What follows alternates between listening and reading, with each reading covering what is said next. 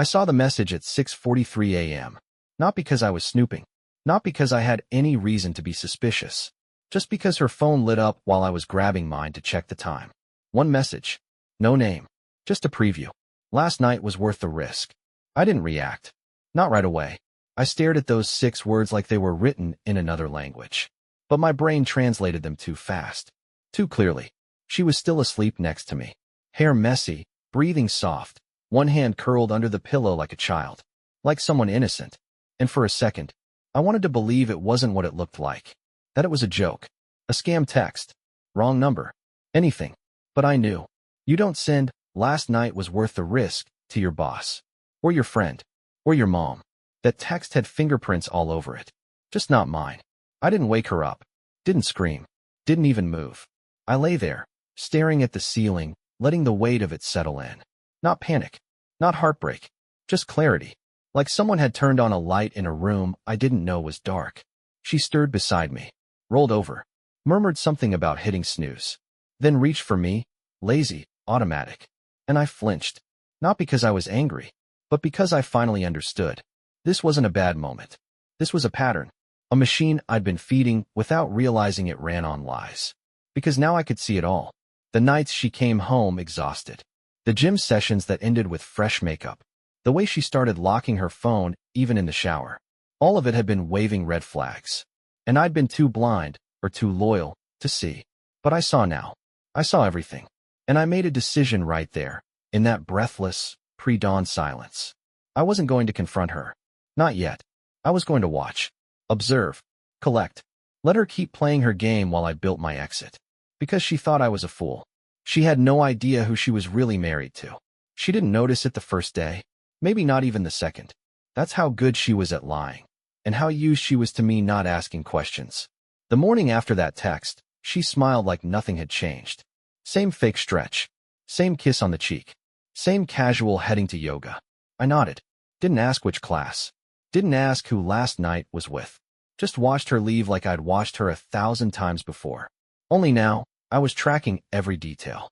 She didn't know it yet, but the game had flipped. I wasn't the husband anymore. I was the observer. And she was the subject. The next few days, I played my role. Still made coffee. Still folded laundry. Still gave her the version of me she expected.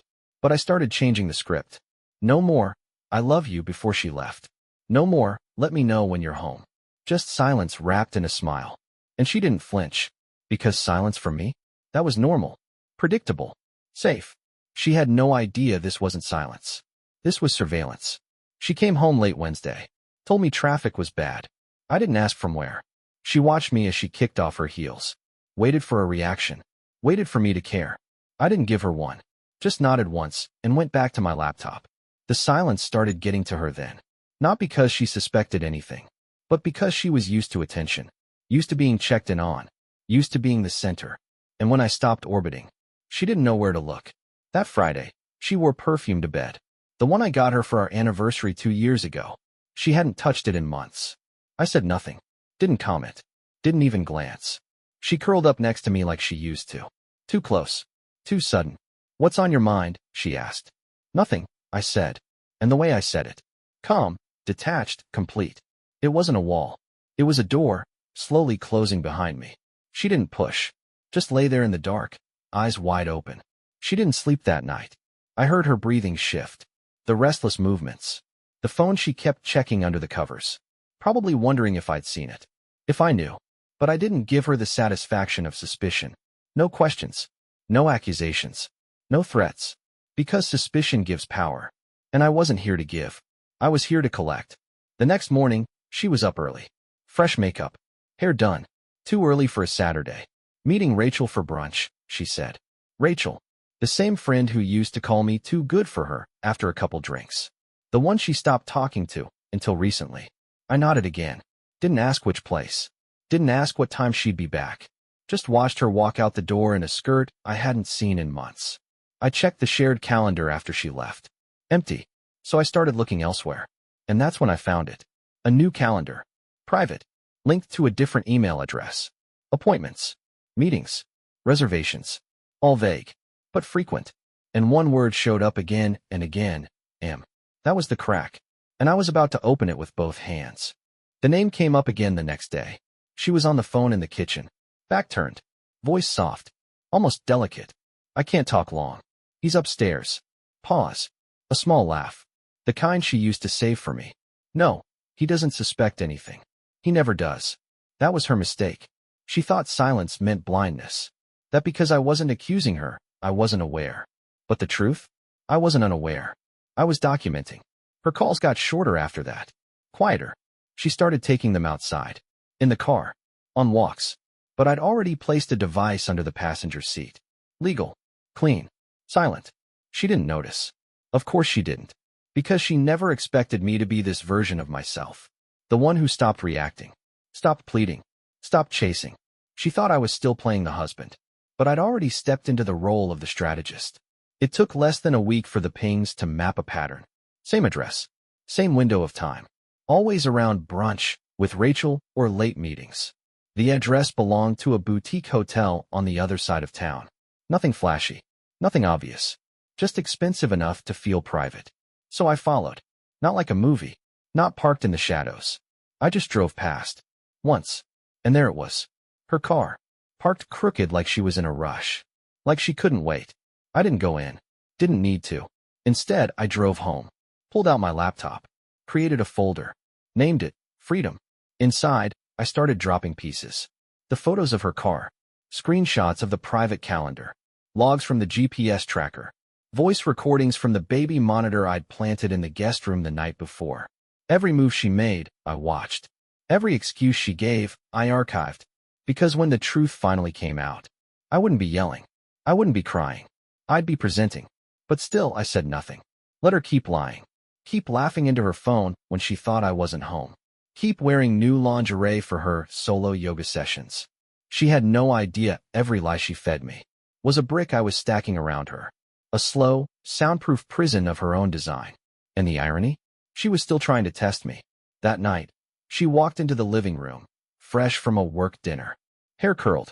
Lipstick perfect. She smiled. Sat down next to me. Close. Too close. You okay? She asked, placing a hand on my thigh. I turned to her. Calm. Flat. Never better. She blinked. Like something didn't compute. She was expecting indifference. Got detachment. Expected silence. Got stillness. She tried to kiss me. I let it land. Didn't move. Didn't kiss back. Just looked at her with eyes that saw through her completely. And in that moment, I watched the first flicker of doubt hit her. Not about her lie. About me. She was starting to feel it.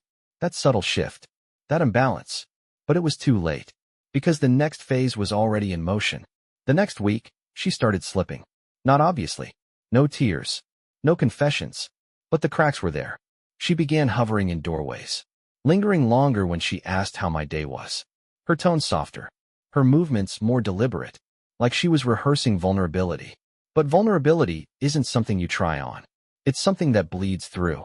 And she was too polished to bleed. I stayed consistent. Polite. Distant. Present, but empty. And that terrified her more than any fight could have. She was used to emotional chaos. Used to being chased when she pulled away. Used to having the upper hand because I was always trying to fix things. But I wasn't fixing anymore. I was finalizing. That Wednesday, she made dinner.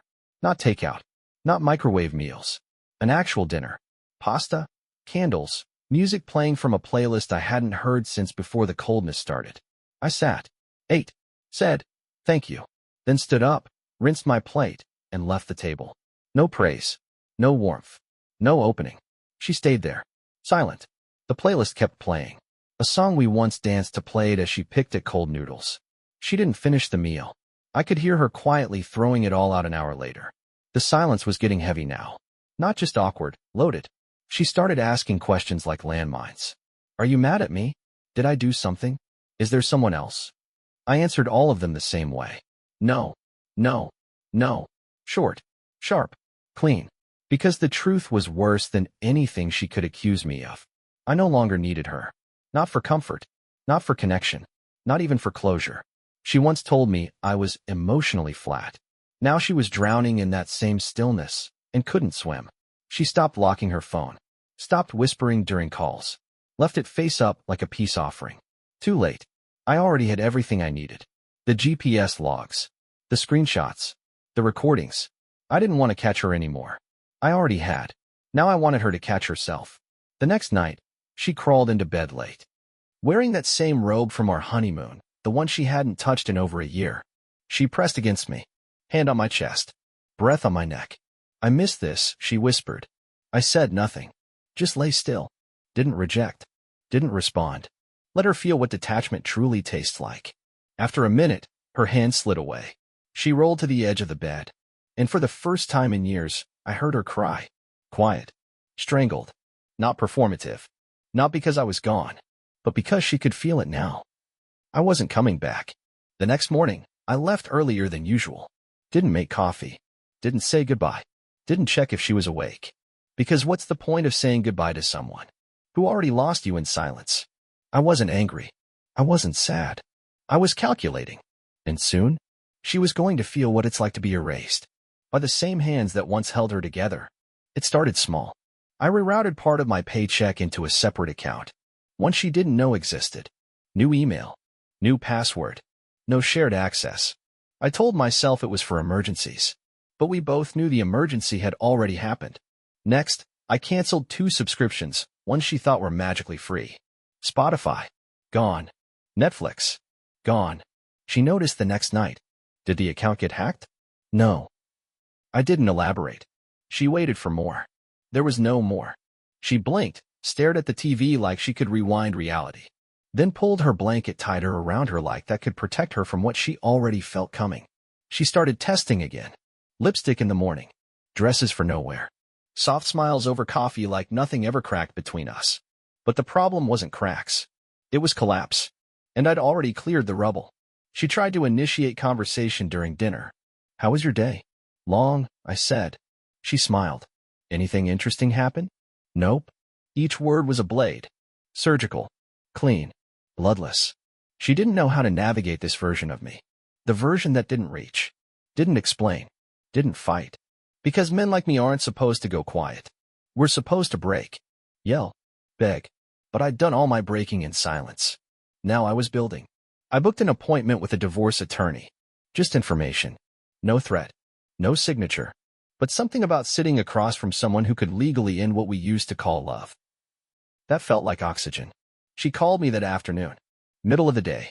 Unusual. Hey, she said. You okay? Yeah. Just busy. Busy with what? I smiled into the phone. Just handling a few things. She hesitated. Tried to sound light. Missed your face this morning. I paused. You'll be seeing it less. Silence. Then, what does that mean? I don't know yet. And I meant it. Because I wasn't making threats. I was making options. That night, she didn't try to touch me. Didn't press against me in bed. Didn't whisper anything soft or seductive. She just lay there. Still. Frozen. Like she was hoping my silence was temporary. But silence wasn't the punishment. It was the proof. Proof that I no longer owed her explanations. Proof that I wasn't reacting, because I was removing. From the relationship. From the routine. From the role she thought I'd play forever. She'd gotten so used to being the one who decided when we talked, when we touched, when we mattered. Now she was starting to realize she'd lost the script. And I wasn't going to hand it back. I watched her walk around the house like it was haunted. Not by ghosts. By absence. My absence. The way I stopped texting during the day. Stopped reminding her about appointments. Stopped noticing her completely. And in that vacuum, she started unraveling. She cooked my favorite meal. Left it on the table with candles and a note. Thought we could talk. I ate alone. Didn't mention it. Didn't thank her. Just placed my plate in the sink and went back to work. Because she didn't understand yet. It wasn't that I was angry. I was already gone. By the end of that week. I knew I wasn't staying. Not because she said something cruel. Not because of another message I found. But because of the way she smiled at me over dinner. Like nothing ever happened. Like the damage didn't exist unless I named it. But I didn't name it. I let it breathe. Let it stretch its legs across every corner of the house. Let it sit at the table between us. She didn't see it, but I'd already begun disappearing. I called the leasing office. Asked what it would take to remove my name. They gave me numbers. Forms. Deadlines. I thanked them. Then I called the bank. Moved the rest of my personal funds. Opened a second card in my name only. Reassigned the insurance contact. No drama. No flags. No digital footprints she'd ever trace. I booked a small storage unit on the edge of town. 24-hour access. No cameras. Cash payments. The first thing I moved? My passport. Then, old photo albums she never looked at. My laptop backups. Documents. Keepsakes.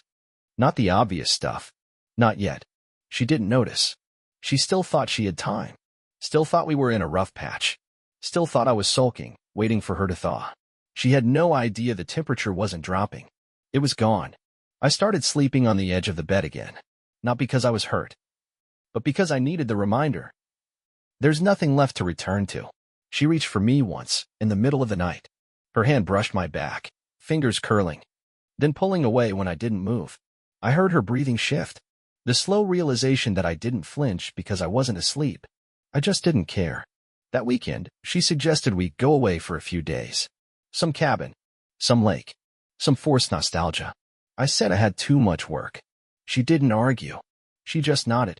But I saw it. That flicker. The beginning of fear. Not fear of losing me. Fear of losing the version of me she controlled. She started checking my pockets again, peeking into my gym bag, asking who texted so late. She didn't ask it with confidence. She asked it like a woman trying to stop a tide with a towel. I started closing doors when I worked. Started locking drawers. Stopped leaving receipts on the counter. Every small boundary I dropped over the years. I rebuilt them. And brick by brick, I watched her start to realize that silence was no longer passive. It was preparation. She tried one more tactic. Left her phone open. Visible. Innocent. A casual photo of us on the home screen like some artifact of happiness. I didn't look. Didn't take the bait. Didn't care who she was texting now. Because I wasn't chasing truth anymore. I was chasing peace. And for the first time in years, I could see it on the horizon. Just me. Alone. Unapologetically quiet. She started waking up before me. Just to sit there. On the edge of the bed. Silent. Small. Like maybe if she was still long enough. I'd reach for her again. But I didn't. The man who used to start every morning with, "How did you sleep?" was gone. Now she just heard footsteps. Keys. The door closing. I stopped saying anything in the mornings. No, have a good day. No, want me to grab you coffee? Just the sound of her breathing behind me as I left. She tried everything after that. Cooking again. Setting my towel out before I showered. Wearing that perfume I bought her the year she still loved me out loud. But it was all delayed effort. Flowers at a funeral. She wasn't trying to fix anything. She was trying to reverse time. Too late. The cracks weren't spreading anymore. The floor had already given out. And she was the only one still pretending we had a house. One night, I came home to candles. Her in that black dress. Music playing from her phone, our old playlist. She smiled like a girl trying to rewrite the ending. Said, "I thought we could just be together tonight." I nodded. Sat down. Ate what she cooked. Drank the wine she poured. She was glowing. Hopeful. Until she realized I hadn't spoken more than 3 words. Hadn't touched her. Hadn't returned. "Do you feel anything anymore?" she asked. Not angry. Not accusing. Just small. I met her eyes. And gave her the truth. Yeah. Peace. She didn't blink. Didn't cry. She just looked down at her plate. And for the first time since this all started, she looked alone. Because now she understood. I wasn't withholding love. I had relocated it. She tried again the next day. Asked if I wanted to take a walk. I told her I had calls. She hovered in the doorway for a second. Then left without another word. She didn't know where to go. Because for the first time, she wasn't walking away from a man who'd chase her. She was walking away from a wall. And it scared her. That night, she asked if I was seeing someone. No. Then what is this? Distance, I said. On purpose. Yes. That answer broke her more than any affair ever could have. Because it meant I wasn't lost. I was deliberate. She stood there. Barefoot. Nothing left in her hands but the realization that the man who once waited for scraps of her affection now wasn't even hungry. She didn't say goodnight. She didn't say anything. And in that silence, she finally understood the sound of being replaced, without anyone else ever stepping in. Because this wasn't about someone new. It was about finally choosing someone I hadn't chosen in years. Myself. The first legal draft came on a Monday. PDF. Simple. Unemotional. Just numbers, assets, terms. A clean exit. I read through it once. No hesitation. No second thoughts. Then I signed page 1. Not as a declaration. As a confirmation. Because by then, I'd already left emotionally. Financially. Mentally. All that was left was the paper trail. She noticed the shift before I told her. The way I started clearing drawers. Not dramatically. Just pieces. One shirt missing. A charger gone. My gym bag always zipped. She asked if I was traveling. No. Just organizing. She didn't push. She just watched me. Like someone staring at the ocean. Hoping the tide doesn't take what's left. The next night, she made tea. 2 cups. Left one by my side as I scrolled on the couch. I didn't drink it. Not because I was angry. Because I didn't want what she was offering anymore. Even peace from her hands tasted like performance. She asked the question 2 days later. Not with confrontation. With calculation. Are you leaving me? I looked up from my laptop. Met her eyes. Not yet. The silence after that? Worse than any scream. Because it meant she didn't have time. Didn't have leverage. Didn't have me. I started forwarding my mail. Switched my address on my credit card profile. Canceled our shared calendar. Deleted my fingerprint from her phone. Every small thing she used to rely on? Gone. She tried to fight it in the only way she knew how. Comfort. Dinners. Photos from our better days showing up on the fridge. I found this. Remember when we went to that cabin? I nodded. Yeah. I remember who I was back then. She stopped smiling. That was the difference now. She used to smile when she felt power. Now she only smiled when she felt hope. But hope doesn't survive silence. Especially when silence is surgical. She started sleeping later. As if staying awake meant she could delay the goodbye. I came home one night and she was on the couch. Blanket wrapped around her like armor. Can we talk? I sat down. Let her speak. She tried. Really tried. Tears. Memories. Apologies without direction. She asked what she could do to fix it. I answered honestly. Nothing. That broke something. Not because it was cruel. Because it was real. She whispered, but I'm trying. I know, I said. But now you're trying for yourself. Not for us. The room went still. Not just quiet, still. Like the moment after the wind stops. I stood. Left her there. And for the first time, I didn't feel guilty. Because it wasn't revenge. It was a return. To myself. 3 days after the draft was sent. She broke. Not with drama. Not with fire. But with something worse. Softness. She cooked again. Set the table. 2 plates. Real silverware. That playlist again, the one that used to mean something. I walked in. Paused. She stood there. Eyes glassy. Tried to smile. I thought maybe we could have one normal night. I nodded. Saturday. 8. She watched me the whole time. Like every bite might be the last. When I stood to rinse my plate. She reached across the table. Her voice cracked. Please. Just talk to me. I looked down at her hand on mine. Not angry. Not moved. Just done. What do you want me to say? She blinked fast. That you still love me. Even a little. I didn't answer. Didn't move.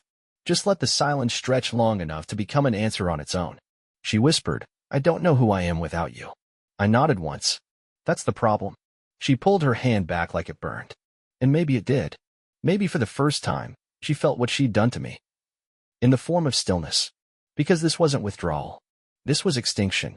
That night, she sat on the floor outside the bedroom. I heard her. Didn't open the door. She knocked, softly, twice. Then silence. The next morning, I found a note. Just a torn page from a notebook. Don't leave yet. Please. I can change. No name. No apology. Just please. But it was too late. Not because I wanted revenge. Because I didn't want to live in a museum of promises anymore. Every room in that house had a ghost now. And I wasn't one of them. I moved more boxes that day. Into storage. Out of reach. She didn't ask where I was going. She just stood at the sink, hands in soapy water. Staring at the window like it might give her a timeline. That night, she didn't try to talk. Didn't try to touch.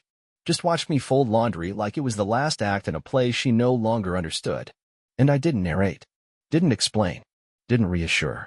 Because the worst punishment, for someone who uses silence as a weapon, is when the silence finally stops being aimed at you and starts excluding you completely. The morning I left, it was quiet. No bags at the door. No shouting. No final conversation. Just keys in my pocket. And air that didn't weigh the same anymore. She was in the kitchen. Hair pulled back. Blank stare into a coffee cup she hadn't sipped. She didn't ask where I was going. Maybe because she already knew. Maybe because asking would have made it real. I walked past her. Not fast. Not slow. Just done. At the door, I paused. Not because I was uncertain, but because I wanted to remember how silence used to hurt.